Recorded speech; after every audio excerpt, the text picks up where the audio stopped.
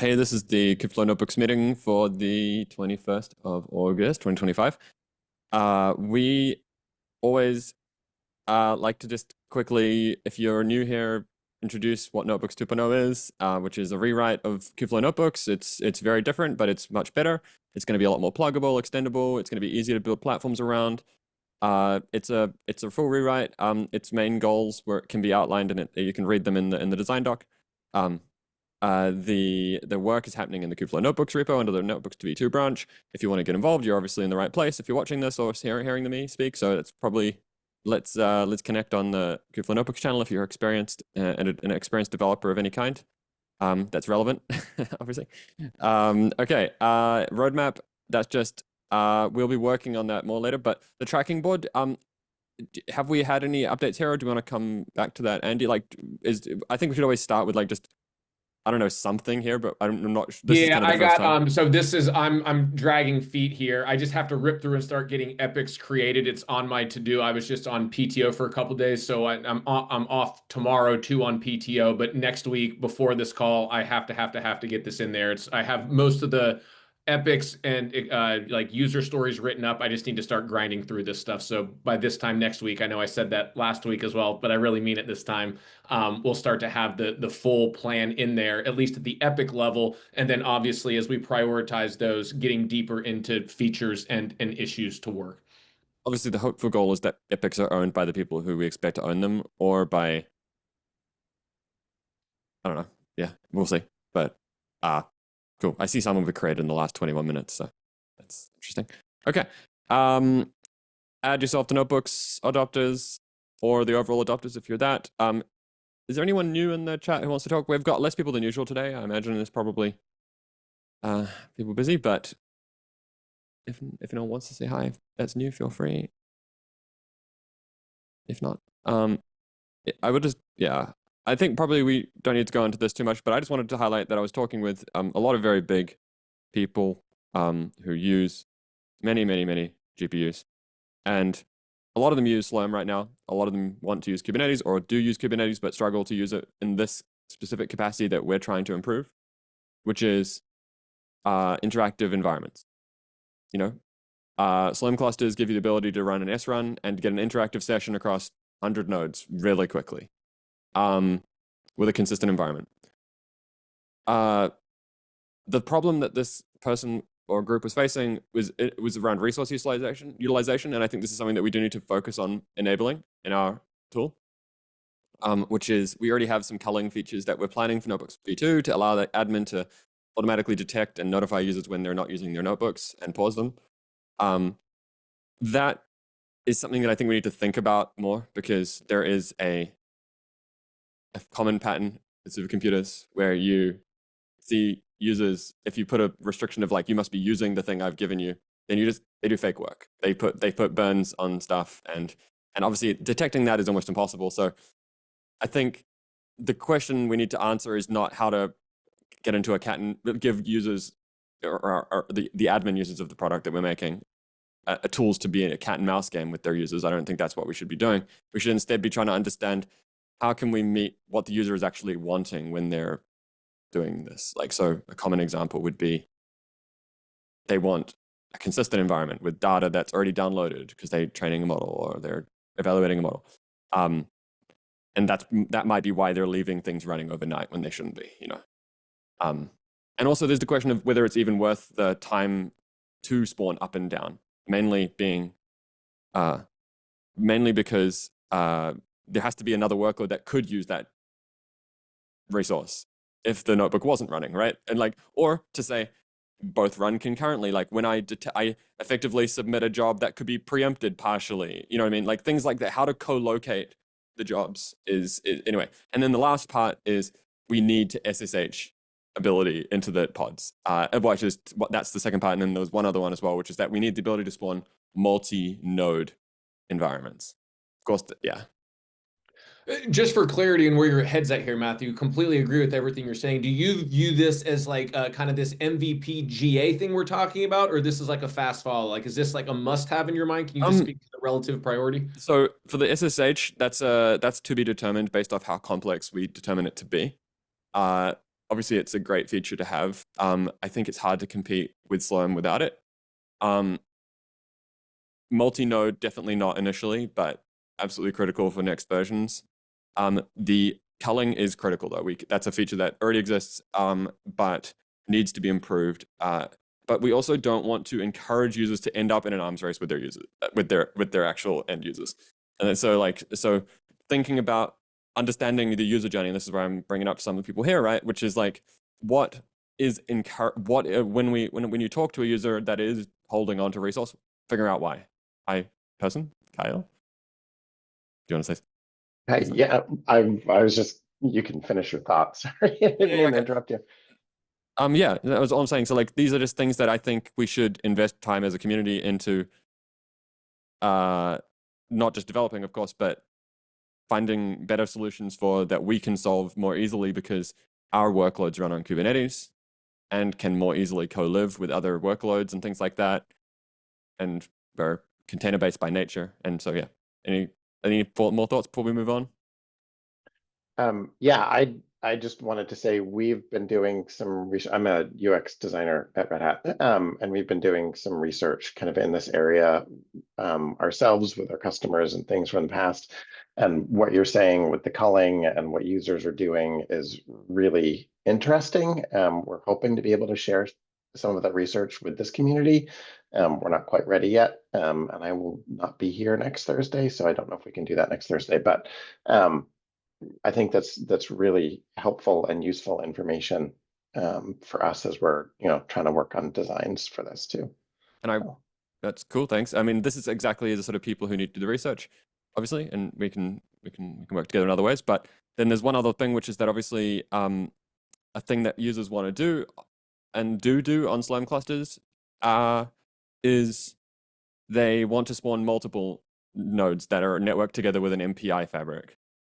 And so they can MPI run a command on one head node that they get allocated and have a job start running on every other one, but with a consistent container environment. Let's say you've set up a PyTorch container that's got all your drivers and not drivers, like your CUDA and your packages that you want. Then you want to run a distributed training or inference test.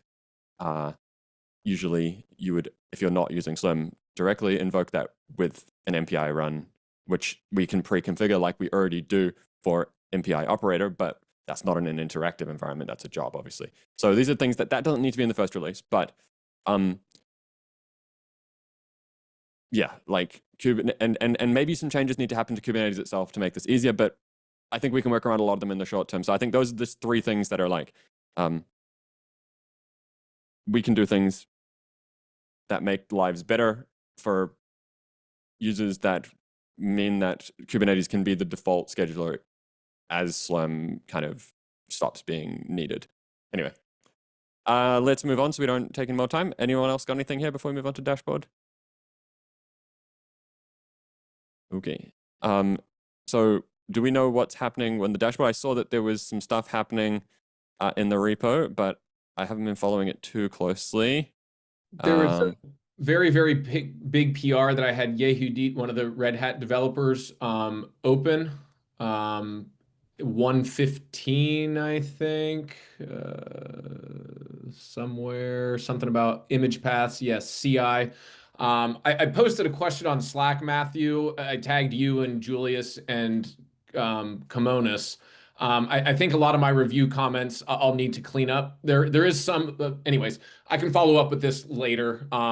There's some general question. Forward, right? Like, so are we moving forward, or what's blocking us? That's the main question I just gotta get through. Yeah, so like this PR, I just need to get merged. This has like this PR and then one other PR that Liav has open are the two. And that should get us to a releasable state. Other than we still need to do the permissions for the registry itself, and then follow up with some type of upgrade documentation. Yeah, we should probably do those permissions as soon as we know the names of the images, like today, so that we don't end up accidentally doing. Yeah, so that we can lock in. There's just like this one big massive PR, and I just want to level set to make sure the changes are consistent in expectation with community. But I'll rip through that once I go. So then obviously the goal is just to get a release out that would work in the same as the current one. Exactly. And everything's looking okay to do that. Obviously, I think there was some weird movement in the in the Angular rewrite as well. Obviously, that's not the same as the original release, but I don't know if that's involving you at all, Andy. I've not been plugged into that yet. Okay, I cool. go Anything else on. you want to add there before we move on to Notebooks Nope. 1.0? Okay, so Notebooks 1.0, we're obviously trying to graduate the overall Kubeflow project. It means that it's one of the things being reviewed, even though it's going to be deprecated, obviously, with Notebooks 2. As part of that, we did move the code of V1 into the new repo, but we haven't actually got a release process yet. And this one needs some decisions to be made around what we're planning here in terms of cutting a release out of here, and also around notebook servers, especially because these notebook servers do relate to V2 as well to some extent. Like, and so this is where it's like the notebook servers are useful outside of V1, but for now, V1 probably, like, we're gonna end up having duplicate notebook servers at some point, and I think maybe automation of to some extent for a much larger pool of images might be necessary on the V2 side. Maybe not though. I don't know if that's really something yeah, it's a debate, right? This is a debate we need to have. And so also, I don't necessarily want to, if we're releasing V1 out of here, I don't think since there's so many images in here, I'm not sure that we want to have duplicate images on all the other ones, especially if we cut a release called 1.11 or something like that. So I guess that's the first question. I don't think we should call it 2 for obvious reasons. So it means we're going to have to call it 1.11. So, yeah, and also there's another thing is I did move this common folder because the only packages which depend on it are in this repo, as far as I'm aware. There might be some in other repos, but they'll figure it out. And so we need to delete that folder as well and just copy and paste the code that was in it. Because it's kind of weird anyway. Andy? So I was going to work. So there's some, gray areas here around common and some discussion points. I was going to work with a developer to try to at least get some GitHub issues mapped out, similar to kind of like what Kimonis had did on Kubeflow dashboard, just to start to outline this work. Would you want us, since there is some kind of interrelated pieces for V1, should we use our epic structure or just create a bunch of issues with the area V1 thing to then review in a subsequent call? I just want to get a plan there. We can review with you to make sure we cover various other concerns and identify discussion points, but I just wanted to talk about I mean, we can just have an epic because we don't really want to do serious development on V1. So like, we could just have an epic for tracking Notebooks V1's final release, if you will, or Okay, cool. Final... So I plan on Tuesday next week meeting with the developer to give them some guidance, and we'll start to work on that. So like yeah, that would be my plan to flesh some stuff out, but other things are just very rote and common, moving the GHAs and all of that crap, and then we'll get other issues for the to capture discussions and all that. So yeah, my goal is not going to be to like make any changes that would be breaking at all. So like literally none, if you know what I mean. So like no manifest structural changes, even though the manifests are completely insane in those packages, and effectively make it so that manifests can still sync exactly like they were before. So even the common removal is not strictly necessary. Like it's kind of why I moved it, but so really we just need to focus on getting a 1.11 release out, and that will be the final release of V1, if you know what I mean. Like, and and it shouldn't be a breaking change. And the only reason it's 1.11 is because it's moving repos, not because it's of course, I know that Canonical wants to add the ability to use ambient mesh, and obviously Notebooks is one of the only controllers which actually adds Istio resources as part of the control loop. Virtual services for the namespace, for the... Does it actually add that? It does. Yeah, it does.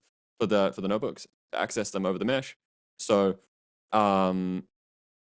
yeah, I mean, that might cause another release like a 1.12, but either way, we need to have an ability to release 1.11 at least. And if we don't do anything else, we can just update the okay, so this actually comes back to the one thing we do need to talk about, which is also, so like to get these technically we're in a weird space because we're doing V2 and V1 at the same time, and obviously some features from V1 are only going to be available and needed in the short term unless we block the V2 release on having like a volumes manager, for example, you know.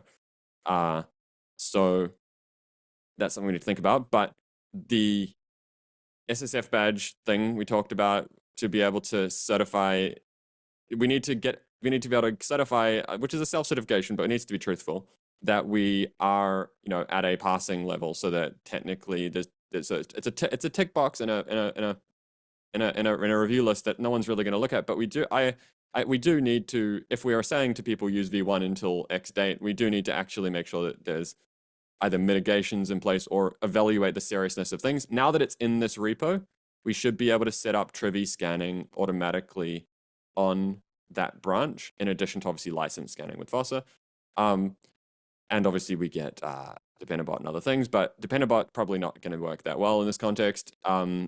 It's probably Trivy, I think, the minimum that we should be doing for both the containers, not the image is for the notebooks, but containers and the controllers. Obviously, the controllers don't even have any bash, and they're not going to have vulnerabilities, is what I'm saying. If they do, it'll be very easy to fix them.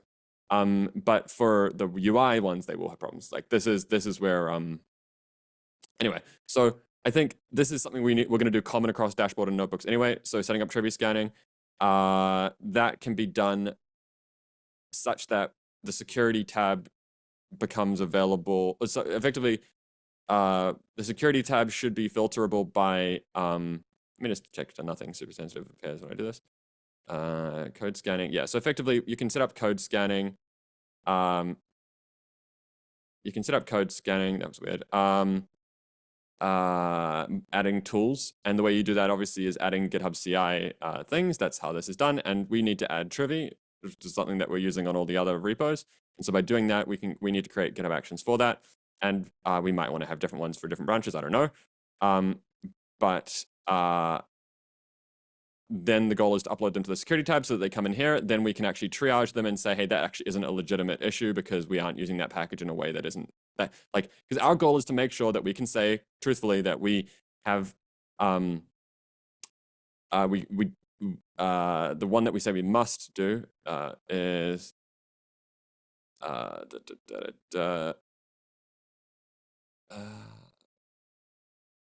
security.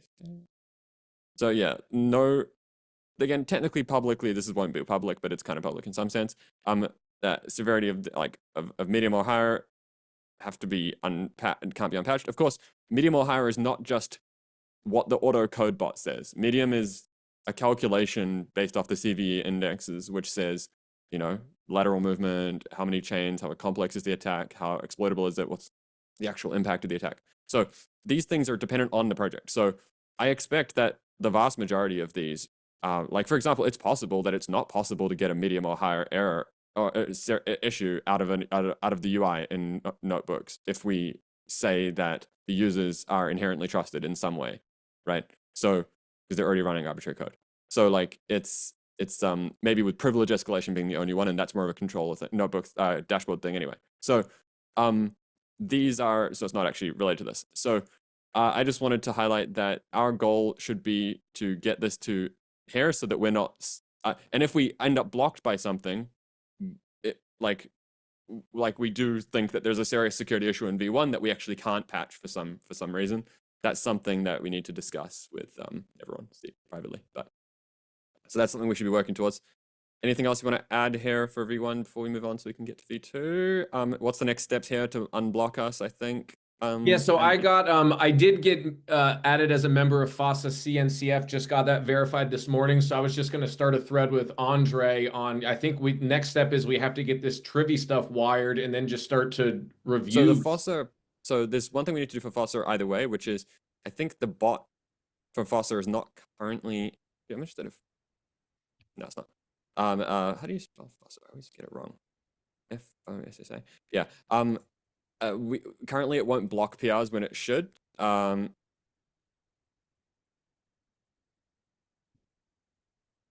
Yeah. So effectively, when a PR comes in that introduces a dependency of a license that's out of compliance with CNCF, what should have to happen is we have to go into someone who's maintainer has to go into the FOSSA thing and say, hey, this is actually not an issue, or it get an exemption from the CNCF approved, like the review board, and it should not allow the PR to be merged until then. You know what I mean? So so right now it's actually not doing that, even though FOSSA is set up. Like we can go there and just prove that that's the case. If you go to notebooks, you'll see that we've dismissed a couple of issues, so it's not actually there. But if we look at now V1, I don't know if it's run a scan, but let's just let it do that over the next whenever it takes to do that. But what this is, actually that might not be the latest commit. Interesting. It hasn't actually picked up all these latest commits yet. Interesting. I did add like 1,000 commits, so it's probably why. But okay.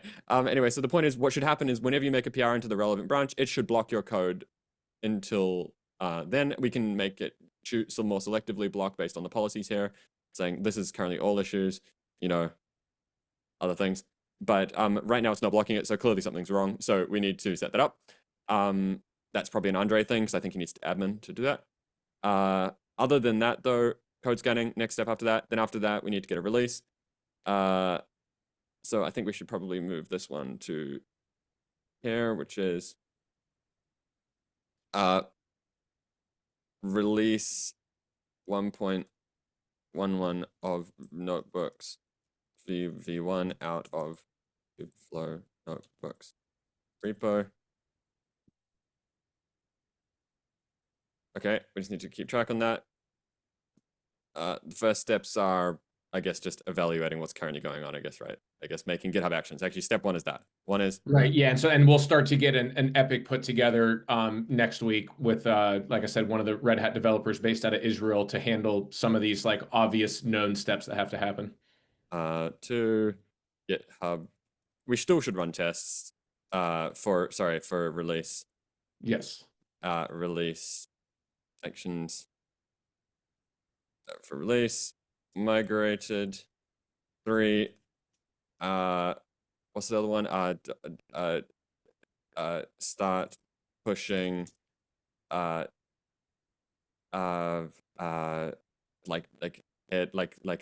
what do they call them, like nightly or nightly commit per commit.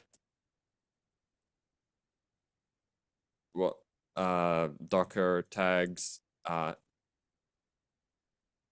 So this one here is like remove CI/CD from Kubeflow, because we don't. But the source of truth needs to cut over, if you know what I mean. Right. Yep. And they're saying actually, this one's really important, including the. We need to make sure, like we need to make sure that the old release branches won't. We still want to be able to make a 1.10 patch. That's my only kind of concern, right? Like, won't change the latest tag. Not that we have latest, I don't know, but like, you know, like I think probably we should just disable the ability for the Kubeflow to push. I think that's probably the safest way to do it. I'm gonna say probably safest to just disable GHCR Docker push from old Kubeflow repo, unless we do want to rename all of them. Like, so this is, I guess, a debate. Debate option 1, push to existing GHCR container images. Option 2, push to new ones with Kubeflow notebooks. GHCR.io.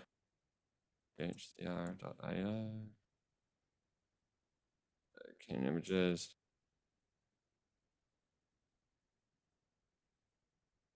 I don't know. I do lean towards these kind of making more of them, even though it's messy as heck. But I think this is a debate to have. So Yep. and then the last step is this is only necessary if doing option 1 for CR.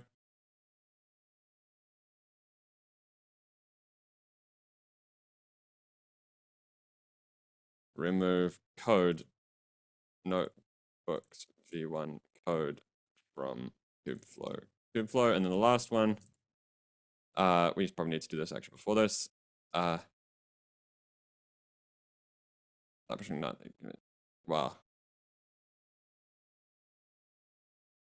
Debate there, and then start pushing nightly Docker tags from the notebooks v1 head. And then set up release process, create release v1. How are we going to structure this? We haven't actually decided how we're going to do release branches on the notebooks repo yet. Are we going to, so where we do it on notebooks, I don't like how we do it on Kubeflow. It's just, we have 10 years of history we couldn't really change. So let me just show you what it is, but if anyone wants to have an opinion here, please do. I don't like this. This is really weird. Obviously having v at the beginning does allow you to protect them pretty easily, but the so for example, if you look at Kubernetes, they do this, which I think is much more standard, and what we actually do on most other parts of Kubeflow, where you just have the word release at the beginning and then the minor version. So for example, I believe that's what pipelines does. Well, no, pipelines is even more messed up. Let's not look at them. Actually, yeah. So did we make a decision on dashboard? No, because, well, no, I guess implied decision, right? Well, not with branches, but with the image names. So no, I don't think we talked about release branches. This is about making it possible to release new versions of older minor versions. Right.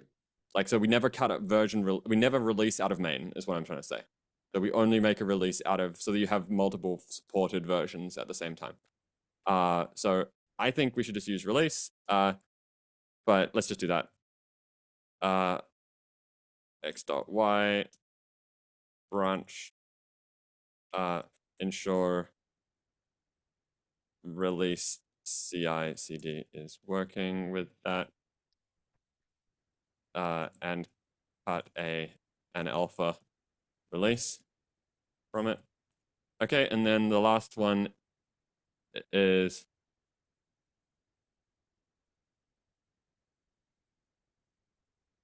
yeah, I think we can just remove that. Okay, and then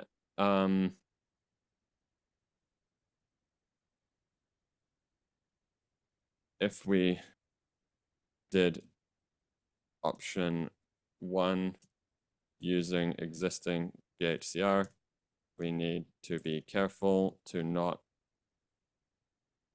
push new tags from the Kubeflow head and release branches to the DHCR anymore. We could probably just remove the Kubeflow repos ability to push as a safeguard. Okay. So anyway, anyone else got any other points here that we need to do here? I think those are the ones we need to do, but I mean, if you want to call it out, Matthew, as this is already there, I'd say, like, just since we're talking about this, the whole common, what to do with that common component. Or if that's too that can happen after, honestly. It really doesn't. I mean, actually, no, we do need to. Okay, one thing I do want to do is move the reference point, right? Because like right now, it's not clear to users that it's actually not pointing at the one that's in the folder. You know what I mean? Like, so the controller go mod is currently pointing, because it's a permanent commit, it's a GitHub repo, is going to be pointing at Kubeflow. So like, if we, let me just do that.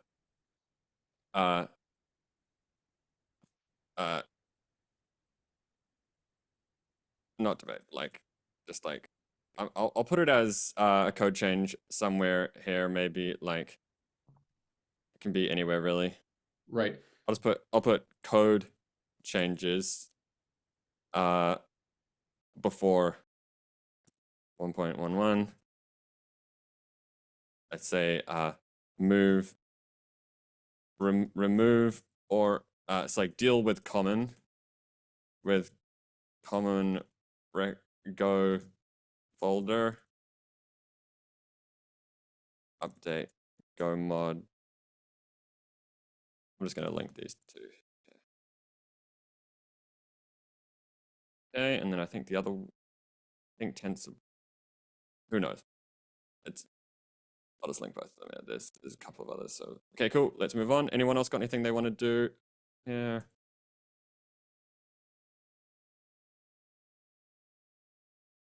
There are other usages in Kubeflow and controllers. Okay. Okay. Anything else here? I mean, set up scanning, I guess. I'm gonna move. Well, this is actually everything. So, but yes. Okay. Cool. Let's keep moving. Notebooks V1. Anyone else want anything before we move on to V2? We only got 20 minutes, so yeah, we did some progress, but we need to keep going. Okay, let's go. So the new planning stuff that we talked about is wait, this supposedly needs my thing. Is this still the case? Oh, probably. We'll come back to that later. Okay.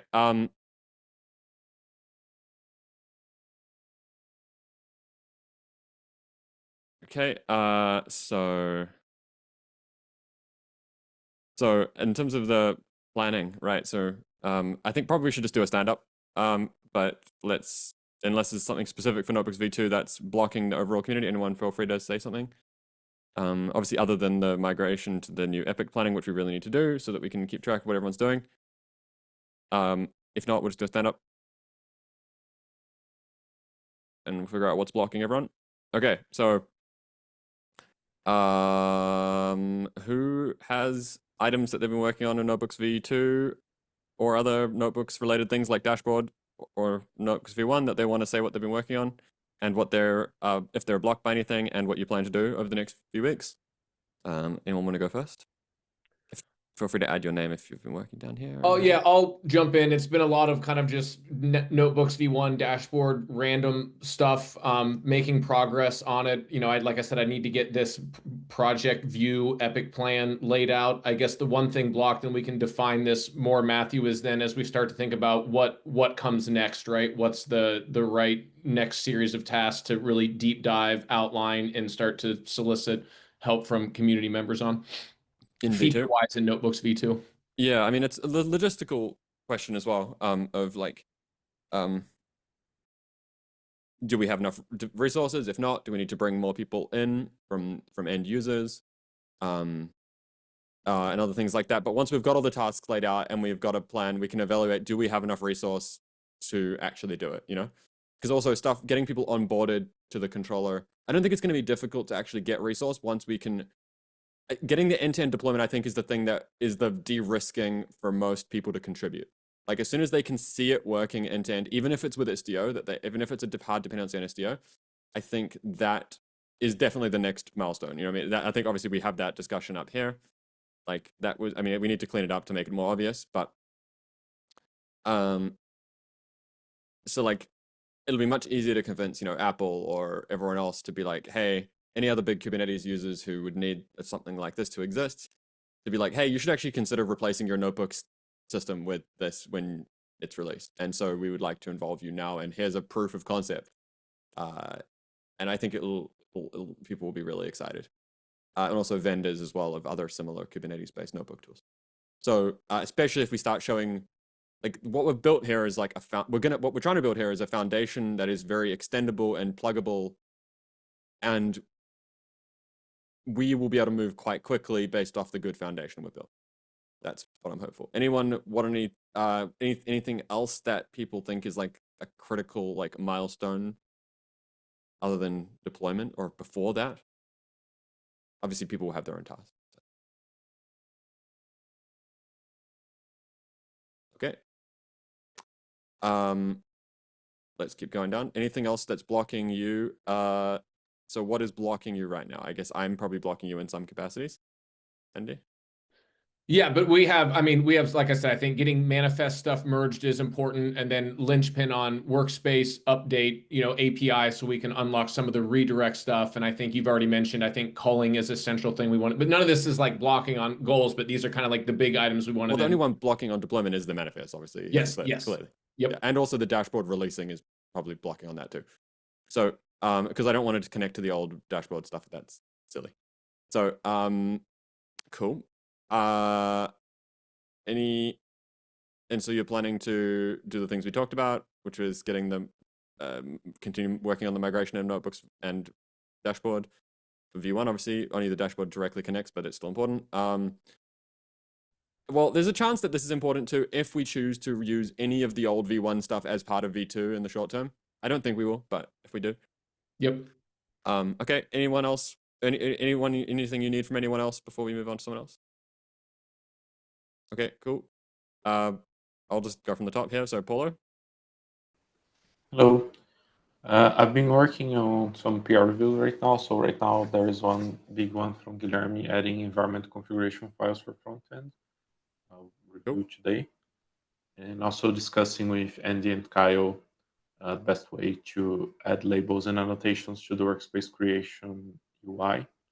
So those get sent on the API that's already done as well, but we don't have just the component in the UI to set on the model before sending to the API. We'll be working on that next. Cool. We also need to warn people if it's not an update yet, but like I think changing the labels on a pod might restart the pod. You know what I mean? Because it changes the pod template. So like we might want to when we're getting to the update one, we need to be careful not to be like, hey, any action that is an update to the pod template will restart the pod. You know what I mean? And so your customer or you will lose work. Okay. Cool. Actually, let me just remind myself that I forgot something here as well. I just need to put a note here, which is notebooks v2 multi node MPI run workspace. I just think we need to remember to do that. Okay, cool. So anything that's blocking you, Paulo? And what was the status on the generator of the client stuff at the back end? Sorry, at the front end. Nothing blocking me. The status of the generation is the same as last meeting. We got the Guilherme's PR merged. Is it merged already? Or? Yeah, it's merged. And the missing bit was the one that you merged about the CI that we. And is that working, or is something going wrong there? Is what I'm saying. Like, I mean, we haven't really updated the backend API yet, so we don't know. But is there anything that needs to be changed in the backend, like the Swagger configs, for you to do that client stuff better, or? No, I guess it's done. Yeah, I did check with Guilherme late last week, and as we stand, we don't like something could always come up, but there's no known issues, and he's been running embedded in central dashboard and even within Red Hat's kind of dashboard, kind of container, and hasn't found any problems yet. So it's like right now, I'd say we're kind of good to say that work is in and good. For the front end, obviously not the notebooks themselves, because we haven't got the virtual service. Yeah. Sorry, but yes, like all the general CRUD stuff that's there today, that seems to all be fully functional. Well, with those mocked updates, presumably. Yeah, well, I have this like custom script that cherry picks these two commits that we have and like all of that jazz. So this is like a successful end-to-end. It's just not off the notebooks v2 branch. I'm super interested to know how you did the namespace injection. Like, did that end up getting a PR for that somewhere here, or was that already merged? From the dashboard, retrieving information from the dashboard. So that piece isn't there yet. So yeah, it's like that PR is still open, and Charles had been looking at that, but he's been on an extended PTO, so that will get kind of picked back up when he's back. Is it a PR in here for our one, or is it somewhere else? Yeah, it should be. It's the fifth one. Can you see? Fifth one. Integrate namespace. Yeah. Okay. Interesting. Yeah. Cool. I just want to keep track on that, because this is like something that also blocks end-to-end integration. So yeah. Cool. We need to obviously evaluate whether this is the right approach, because again, I'm not sure that the code was actually correct. That was not this code. I'm saying like by the proxy of what this probably copied. We just need to copy what other components of Kubeflow are doing, just to confirm we're up to the state of the art, or improve it as well. Like if you're a JavaScript person, this I think I mean, there might be improvements. And also now we're doing stuff on the dashboard so we can make an update, especially because we can just have a minimum dashboard version above XYZ, you know? So, of course, be careful about making changes there because it affects every other app too. So, yeah, maybe make a v2 dashboard lib and then we just fail if that's not there, you know what I mean? Or something like that. Okay. Anything else, Polo, that you're going to work on this week? No, for now, that's it. Cool. And so nothing's blocking you, just to be very clear. No. I mean, things would unblock you in general, but yes. Okay, cool. Jenny. Yeah, so this sprint has been working on the Patternfly 6.31 upgrade. So that's been done and that's been merged. So now we are up to date with our Patternfly version, and it also includes component animation. So as you navigate throughout the UI, you might see some fancy CSS animations with tab animations and button animations and various things like that. Cool. Anything blocking you or things that will make your life easier or other resource that you need? No, not at the moment. Yeah, thank you. Cool. And I guess anything you plan to work on over the next weeks? Yeah, so yeah, I'll add that there. Just continuing to like maintain parity with our MUI style sheet, and then I think we talked last week about moving that potentially to the Kubeflow organization. So that's a work in progress and an actively ongoing discussion, and that might be something that we prioritize over the next few weeks so that we can incorporate those shared themes into our notebooks repository here as well. Yeah, I mean, I think part of the debate was also around like no matter where it lives, having a central dependency could be a problem in itself, right? That's, I think, part of the question around what can be pushed. How can we make it as thin as possible where it's like a single file, you know what I mean? Or something. Or is there other, you know what I That mean? makes sense. Yeah. Yeah, I think, yeah, that was the goal, just to kind of include, like, just for the styles, I think particularly, like, the styles will be a single file that we can just pull in. And Where it's themed on top of the MUI standard stuff is kind of my suspicion, right? yes, exactly. Because yeah, that would probably be fine. I mean, of course, there's still some debate around like, hey, what if we want to do something slightly differently, and you know, or we want to use a different version of, well, we will be using at some points different versions of the back of the UI front end to other parts of Kubeflow. Yeah, that's my only slight concern. But yeah, of course, notebooks or workspaces will probably consume a lot of the front ends of Kubeflow, but there will still be pieces that it won't, like model registry, for example, which has no relevance to workspaces, you know. So Yeah, exactly. Yeah, that makes sense. Thank you. Appreciate the feedback there. And yeah, we'll continue to discuss as we iterate here on the next steps. yeah, I mean, yeah, it's I'm not saying that it's a bad idea or anything. I'm just trying to figure out how we can sustainably not, once multiple people are using a dependency, it can become a problem. We need to figure out that. Cool. Thank you. Anything blocking you? No, that's it for me. Okay. Hershad? Yeah, from my side, I got a little busy last week. I couldn't update my pull requests. I'm hoping to do that this week and reach out to you guys next week. Cool. Okay. And so the pull request you're referring to is what? It's for the CRD changes based on what you're given, like the profile, the protocol, and moving the rest of things up. Specifically for this one? Yeah. Okay, cool. Yeah. Cool. Any other PRs that you're working on or things that are blocking you for that? No, just this one is the one which I need to complete, and then I can go back to the next one, which is 500. Cool. Awesome. This is actually good because it reduces, I think we discovered something that can reduce the size of the CRD as well, because we're going to hit the 1 megabyte limit, and we're going to need to, we probably do need to think about solutions to that sooner rather than later, which is that we might need to have sub CRDs that can include a lot of options. You know what I mean?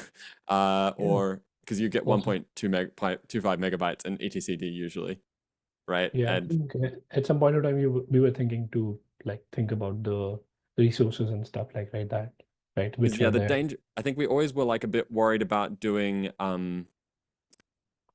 like an API driven one, you know, because it needs to be in etcd. The source of truth does need to be there, and we can make kind of hacks where effectively we combine workspace kind, we create a workspace kind option resource, and then we can have the webhook prevent deletion of it and lock it and connect it to a single workspace, you know what I mean? Workspace kind, you know.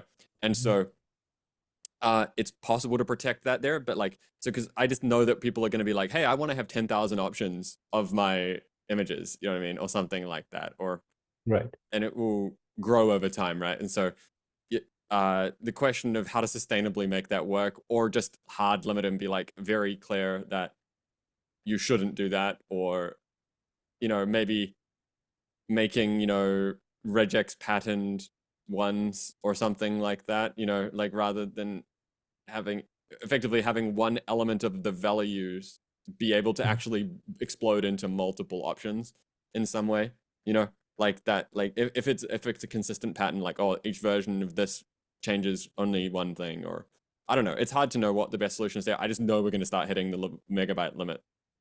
I'm also not aware of all the patterns. I'll try to look up and read up, and then next time we can This is probably pretty discuss novel more. to us, I think, but like it's just something that all I was mentioning this is because obviously as part of what we talked about last week is that Yeah. we will actually be removing a bunch of text from each value by adding a default port ID True. display name, which is good. Yeah. Removes 64 bytes of text or whatever. Okay, or bits of text. Let's anything else that's blocking you, and anything else you're going to be working on, or? Yeah, this is pretty much it, I believe. Nothing more. And I guess after this, if you get time, you'll work on the virtual service reconciliation. Yeah. Cool. And That's I think, the did we talk about what was the other next step after that? It was like there was another one for creating Istio end-to-end test, so that we can do the end-to-end test as well. I think that's another is that bit in the original? Oh, you mean adding Istio installing to the end-to-end test, which I think definitely is before we before we do we the probably do that before we do the virtual service reconciliation. Yes. Honestly. Yeah, me and Harshad are gonna meet early next week and see if we can get somebody else to contribute that piece, because that can kind of somewhat operate independently. So Harshad can focus on 507 and 500. Add E2, add Istio install to the controller E2E tests. There was a PR for this. Maybe, I don't know if we actually made it. And then add virtual service reconciliation to the controller. Yeah. This has a PR. This has a PR, not the first one. Yeah, I think so. Yeah. No, none yet. Yeah. And this is 500. I think obviously that one probably needs to be updated, but yes. Yeah. Let me just find it. Cool. Yeah. Awesome. Anything else that because obviously the goal here is to enable end-to-end deployment, and so I'm trying to think, is there anything else that needs to happen there for, again, not a working end-to-end deployment, but like a like where it just runs when there is a single command that I could take from a K3D or a kind and run manifest apply, that's the goal, right? Even if it doesn't work that well or is missing massive features, it's like getting to that running containers in something that could be classified a production cluster, even though it's not production usage, is going to be this really would cover it, along with those manifests which are happening in front end and back end. I think once we merge those ones and this, it should cover I up. think, well, there's the guide as well, right? Which is like, even if developer guide being like, what is the command that we're suggesting? So like we're saying install Istio, go to the dashboard repo, unfortunately, go to the manifest repo, install the auth from there until the dashboard repo has the auth. Go to the dashboard repo, install the dashboard. It's going to be a little bit jumping around, but like, I know that you've got a script for this, Andy, but I'm just like, we should document it while we're developing in the short term. I have a wiki. I don't have any of this on the main repo. It's all my fork, but I do have a wiki as well. We can use the wikis. We can use the wikis here. This is acceptable. I think for development stuff, this is great. Like, I think for users, no. You know what I mean? Like that should be on the website. Yeah, but it's not finalized yet, because I have use this particular branch. These commits have been cherry picked. Like, it's my working copy of the wiki, but I can clean it up and we can review once stuff is merged and it reads better. I've been hesitant to put that on the main repo because it's very messy with hacks and workarounds right now. But it is close to a good shape to review and clean up to something that we can put in the main repo. Okay, anyone else? We're obviously at 9 a.m. Pacific, so Ishad, anything else? And then is anyone else that hasn't said anything yet? Kyle, I mean, way less people than normal today, so good, I guess. We can probably do a bit of a quick PR review session if anyone has any specific ones that they need reviewed by me. The two manifest ones, Matthew, that have went back and forth a couple times, we did get those changes that you suggested. Obviously, the missing actual like authenticating security bits, as well as kind of changing the labeling and what like name component part of all that stuff means. So those two PRs got updated, and I did just run my kind of end-to-end script to see all that stuff working. You can actually remove that manifest customized question. We've discussed that now, so that's a Also the dead workspace topic. versus workspace thing. I think we vaguely talked about that. We can make that decision later anyway, if not.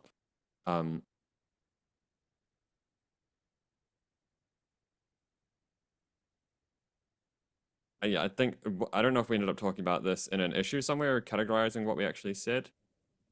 No, we just spoke about this in the call, and then the discussion was like maybe we can look into volume mounting a config map, but not doing environment variables. Yeah, I think we already did that for Yeah. secrets. Oh, we haven't merged the freaking thing, but yeah. Yeah. Yeah, I mean, environment variables are just giving away people to shoot themselves, I think. And also causing security issues for the admin, I think. But yeah, I think we'll just remove this from the standing items right now. But yeah, okay. We can come back to that. Obviously, if users demand something, we can work out another solution that isn't specifically adding environment variables to the pod spec. How about expanding the from secret to config map? Like that's what we were discussing last that's time. already, that should, and me not merging things that need to be merged, but that's already there, right? It's kind of like effectively the control. I think the front end already has mocks for that actually, even, which is And mounted. the back end does too. And I did validate the commit on the controller that it does work end to end. It's just a matter of bringing that Yeah, I in. probably at some point we should probably just merge that PR and then have someone else add tests. Although the tests are kind of complicated, and it's like I did want to add tests to actually. Okay, I'll need to come back to that. Okay, that is something to follow up on probably. I will do a thing here, which I guess is roller PR. Tests for that, and then we have other things as well. But yes, okay, I won't go through this now. So let's do a bit of a review session. If people want to stay for that, they can, or if they have PRs they are blocked by, we can do that. Maybe let's not go super long. What's the most pressing one for anyone here which needs me or someone else to approve? I know that there's stuff in the dashboard repo, there's stuff in the notebooks repo for V2, obviously. We also could have a quick discussion around setting up Trivy and thinking about, from a security perspective, how we're going to do that, because that is something that we need to do. We're going to get asked about. So maybe let's start with that discussion, actually. So for notebooks V2, at least, or V1, maybe, we should... V1's probably the more pressing one. Yeah, because security issues, I don't really want to get bogged down with them right now. But so that means that we need to get, we need to think about who's going to have access to the security section is the first thing. And yeah, what, because GitHub's permission model is sadly not as flexible. Like what gives access? Is there something that can be security tab, but not maintainer? Like how does that function? Let me check. GitHub security tab or code scanning. What it's called, code scanning permissions. Like access or something? Roles or access or something like that. I'm trying to remember. Access permissions. I